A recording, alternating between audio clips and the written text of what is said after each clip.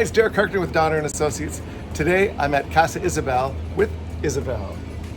Except you're not the Isabel from Casa Isabel. I assumed I was going to say you're named after Casa Isabel, or Casa Isabel's named after you, but that's not the case.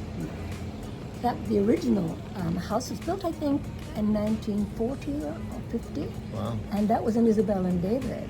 And when we bought the house from Alice, she had called it on the listing Bella Vista. And it wasn't until we were signing on the dotted line we found out she'd never changed the name at City Hall, so it was still Casa Isabel, so we kept the name. It was meant to be, because I would never have named a house Casa after myself, or a boat, or anything. I figured it would have sunk. Well, that's everybody, I think, assumes that it's named after you, but it's not. And Isabel's not even your name, you told me. It's Isabella. My name's Isabella, but nobody, I've never been called Isabella. That's just too long. But my name is Isabella. Well, for Mexicans, Isabella's easy to say. Yes, it Do is. they call you Isabella? Only when they're mad at me. I get the full name. Who could be mad at you? Oh, serious, that's right. Yeah. Okay, so you've had this for how many years now? And you were saying you bought it in... In 96. Okay.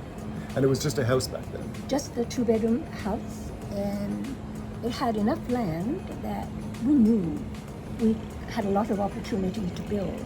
Like we've eventually added on 20,000 square feet. Wow. So we have 17 rental units, and now we have, the restaurant as well. David wanted a restaurant. He wanted a restaurant on the beach so badly that I did not want that. That would have killed me. David was always very concerned about my privacy, because having a restaurant in my home, I absolutely need private time, which is great. My staff in Toronto, I live upstairs from the bar there. I am totally private. Everyone's very protective.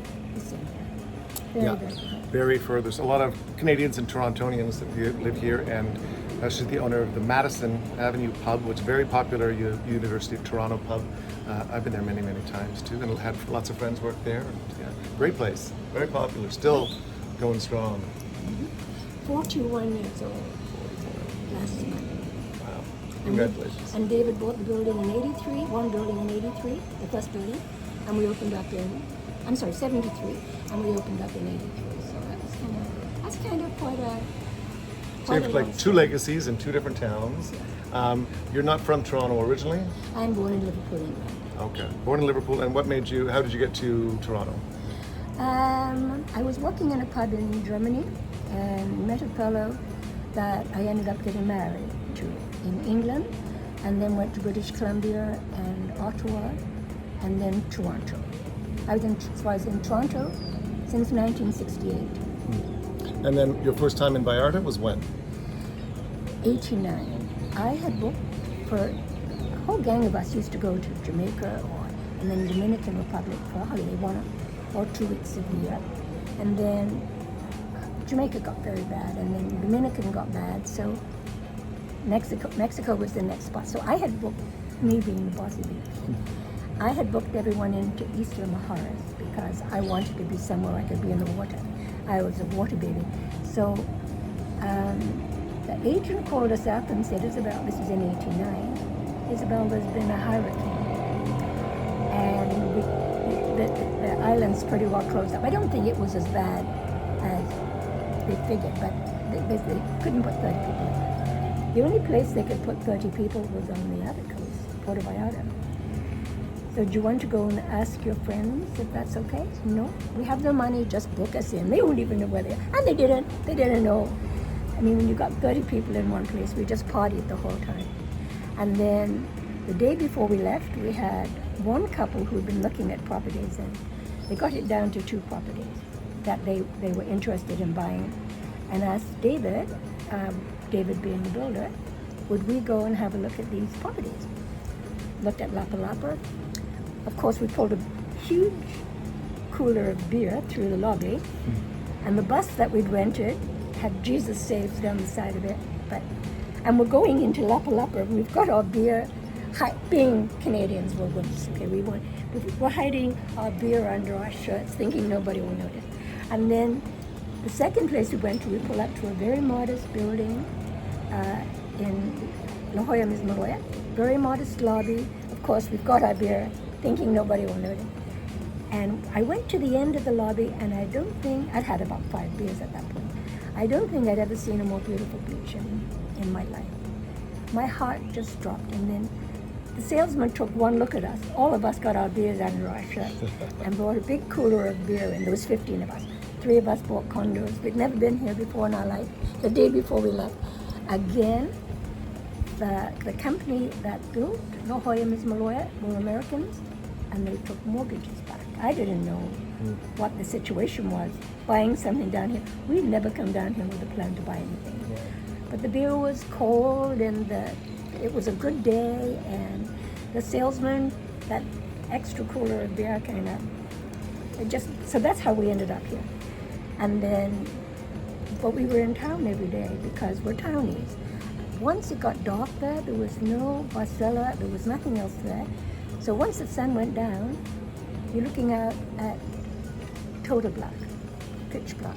So we'd be downtown every single night and taking taxis home at different times. So we got this in '96, we bought this, and then added everything on it. We opened up the hotel in '99, 2000, that season.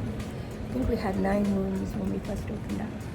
So that's when we got everything rolling.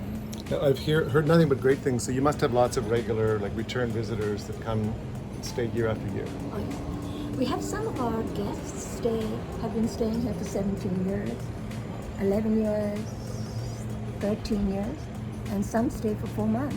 And they started off for a week or 2 weeks, and then stay longer and longer. And so we have a lot of the same people, which is very nice. Yeah, and right. they come here because they have more friends. I do too. I have more friends here than I have in Toronto because I don't know my neighbors there. But here, because we're all kind of together, and we all drink in town, so there's a great community of people here that I can drink with, because in Toronto, our bars in the university area, and a lot of very young people, very nice people, but very young people, and I feel I don't know anyone anymore there. So. Well, if you see her in town, have a drink with her. Isabel or Isabella. This boutique hotel, Casa Isabel, has been here a long time and will be here a very long time still. What is it about Vallarta that you think made you fall in love with it? I just loved it. I think more than anything, it is a resort town, but it's not. It's a community.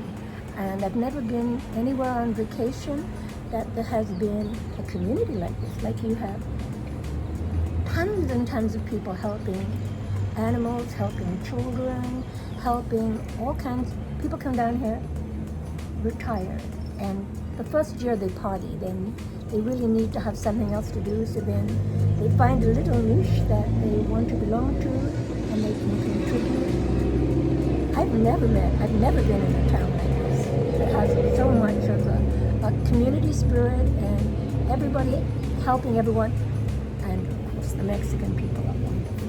They're wonderful. All right, Casa Isabel, we're perched up on the hill where Alta Vista meets Amapas, and gorgeous views of town, a great happy hour. Come and check it out if you haven't already. Thank you. You're very welcome. Thank you.